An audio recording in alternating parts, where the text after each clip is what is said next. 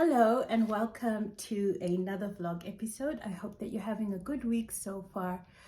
So I thought to hop on here and talk a little bit more about Instagram's new product or platform, Threads, which I'm sure some of you would, well, many of you would know about, especially if you're Instagram users and you've given it a little bit of a trial.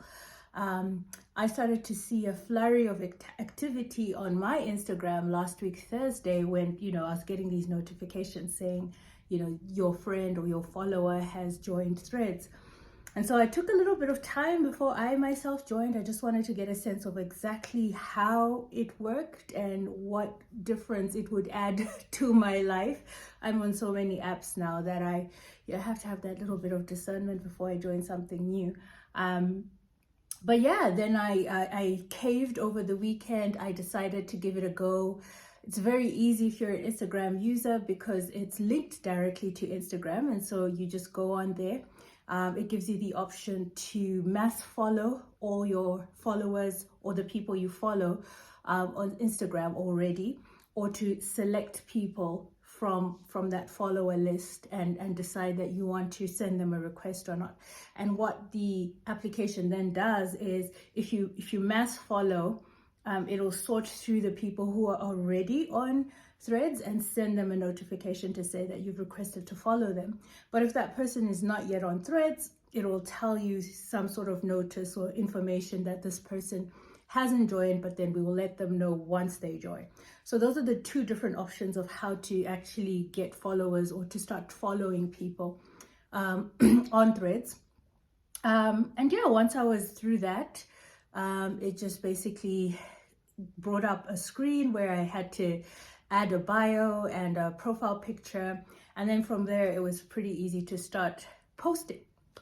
Now, I'm not really trying to get into a tutorial about how Threads works. I'm trying to have more of a conversation about why Threads exists. Obviously, we know what's been happening with Twitter since its takeover by Elon Musk, the changes that are happening there, and the lack of confidence a lot of people feel with the platform. So there's already been some migrations out of Twitter to platforms like Mastodon late last year. And so now Threads is obviously this rival that is trying to fill this gap. And, Facebook or Meta, the company that owns Facebook and Instagram, has a long history of, tapping into the zeitgeist of social media. For instance, Reels is, this direct response to TikTok. And also when they started having stories, that was something that Snapchat had started with. So, they're always sort of seeing, and I think that's where Facebook is sort of positioning itself lately, to kind of see what gaps might exist that it can fill in. I think also with when Twitter Spaces started, Facebook also started having some similar platform. And so this is where we are at this point in time. There was a really interesting little, Nando's South Africa always comes out with this very snarky commentary about what's going on in the world. And so last week they had a poster which had something to do with Threads. And the catchline was Zucks to be you.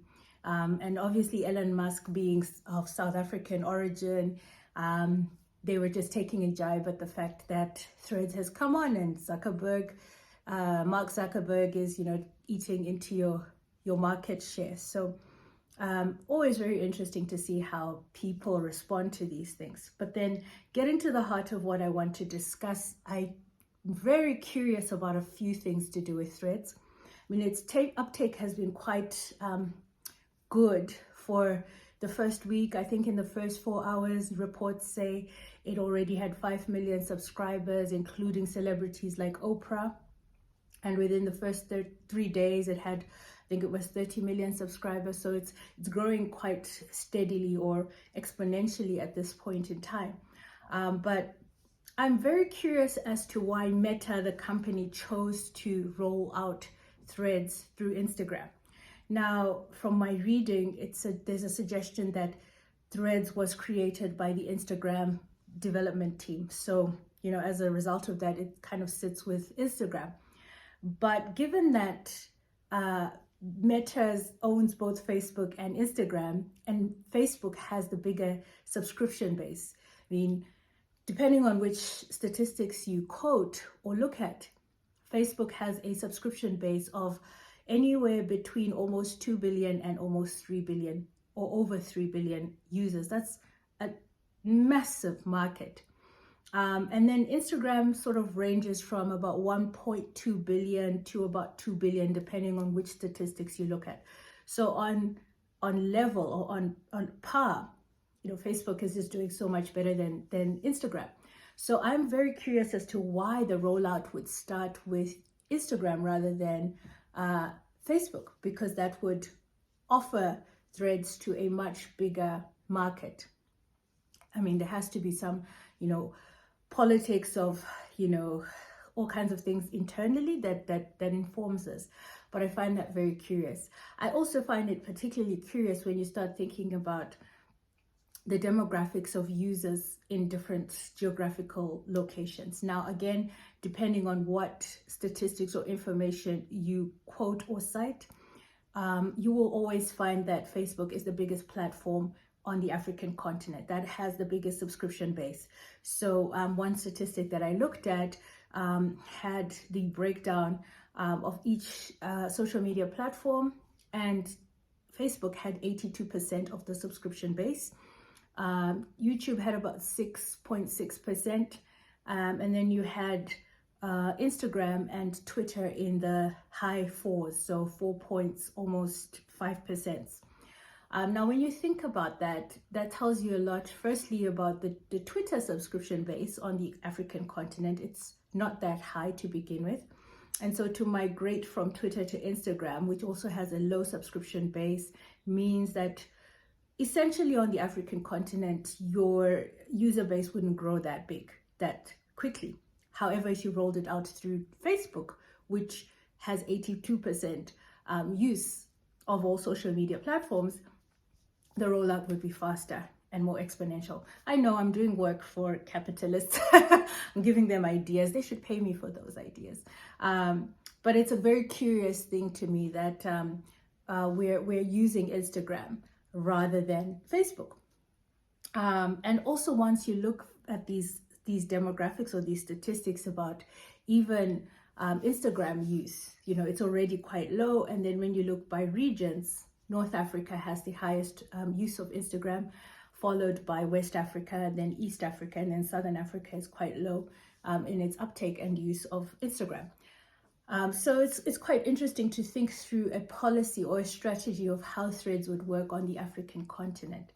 The other thing that I'm quite interested to think about is if communities that have converged and kind of grown on Twitter will feel that, even if Twitter seems to be up in flames, will feel that Threads offers them an alternative home that they feel safe to go into. And I think about communities, for instance, like Black Twitter. Now, Black Twitter is one of those communities that has made Twitter what Twitter is, providing commentary, humor, and all kinds of things on Twitter. And I think of Black Twitter because of this. The Instagram head came out, with the rollout of Threads to say that Threads was marketing or positioning itself differently to Twitter and other such platforms, in that it's not going to be hard news and politics oriented. So we know that Twitter thrives on the news cycle. It thrives on current affairs and events. That's the currency that most people get out of using Twitter, by being the first to know information and being able to share it widely and get retweeted and get people engaged. So we now understand that Threads is not trying to use that same strategy, but rather following, I guess, a little bit more of the aesthetic of what Instagram already is, leisure, pleasure, relaxation, lifestyle, and, lightheartedness. Now, when I think about that and I think about communities like Black Twitter, I wouldn't say Black Twitter itself is a necessarily hard news or politics oriented community. However, it thrives on being able to provide commentary about hard news and politics. And within this Twitterverse that already exists, it's so much easier to access that information. So for instance, with the submarine saga that happened a few weeks ago, if news outlets are already reporting about something that's happening in the news, communities like Black Twitter just kind of go onto those posts or those threads, and they retweet or they quote tweet or they share things, they screenshot things, etc. Now that means that the news is already very clearly accessible, very easily accessible, and so one can make whatever they want to make out of it because there's a direct outlet to it. Now, if Threads is not trying to push a lot of politics and hard news, would communities like Black Twitter then find utility in it?